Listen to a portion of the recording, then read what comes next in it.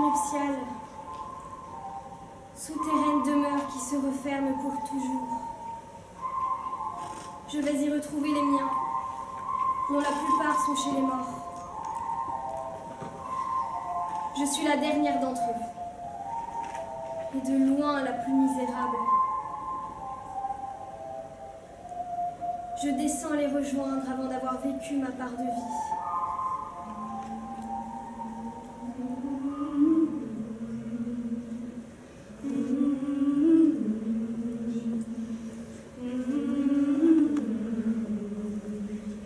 Polynice, mon frère, pour avoir entouré de tes soins mon corps, voilà mon salaire. Créon considère cela comme une audace, la folie d'une femme insoumise qui résiste aux lois scélérates des hommes. Oh mon frère chéri, je me retrouve entre ses mains. Il me fait emmener. Je descends vivante dans la fosse des morts.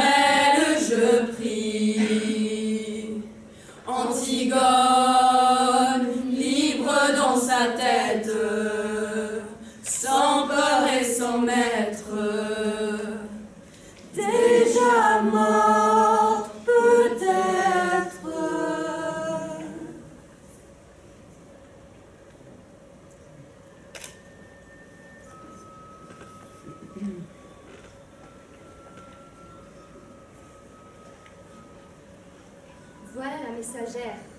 Que vient-elle nous dire? La messagère, porteuse d'un récit affligeant.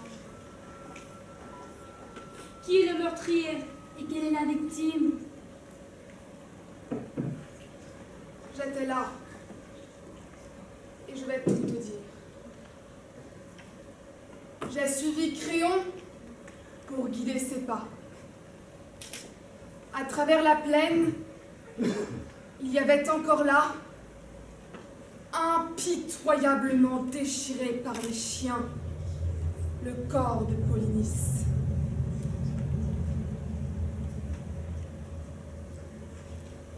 L'un d'entre nous entend s'élever des lamentations aiguës du côté de la couche privée d'honneur funèbre. Il vient le dire à Créon, son maître. Celui-ci entend résonner de plus en plus à son approche le bruit encore indistinct des cris de détresse. Il gémit et lance ses paroles douloureuses.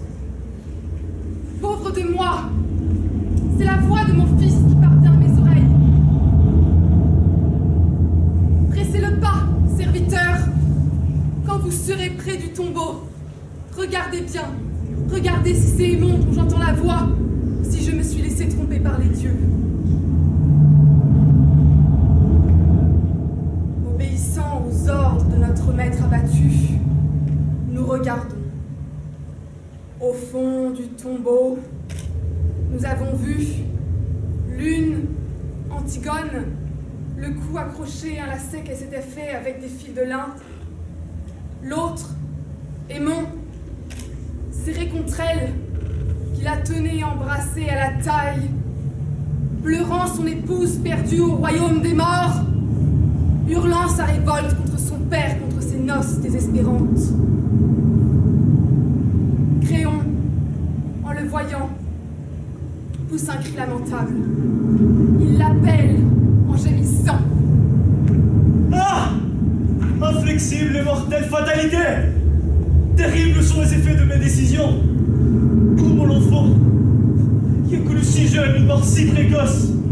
Hélas! Hélas! Tu es parti! Tu es mort! Victime de mon égarement et non du tien. Hélas! Je l'ai compris, mais c'est trop tard. Sur ma tête, un dieu de tout son poids fait pleuvoir ses coups. Ah, souffrance intolérable et mortelle! C'est moi. Je reconnais la vérité.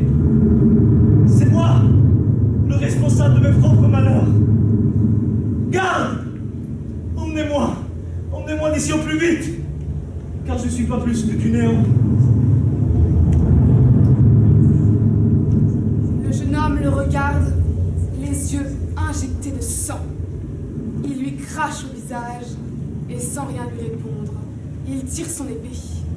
Son père s'écarte vite, il lui échappe, il prend la fuite. Alors, l'infortuné, dans un effort suprême, s'acharne sur lui-même. Il plonge l'épée dans son flanc et, de ses bras affaiblis, encore conscient, il serre la jeune femme. En soufflant bruyamment, il crache un filet de sang qui s'écoule sur sa joue blanche. Le voilà étendu. C'est un cadavre qui embrasse un cadavre!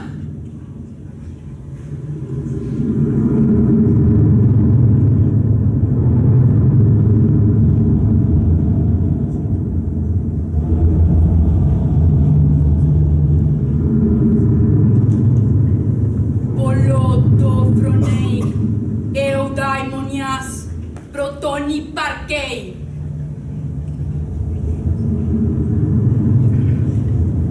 Megaloi, delogoi, megalas, plegas, ton hyperaucon, apotizantes. Gera do fronein edidaxan.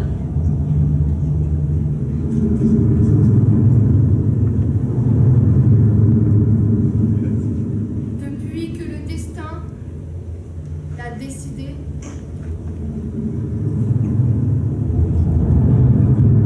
Il n'existe aucun moyen pour les mortels d'échapper à leur sort. Les paroles trop violentes valent toujours des grandes misères aux hommes arrogants.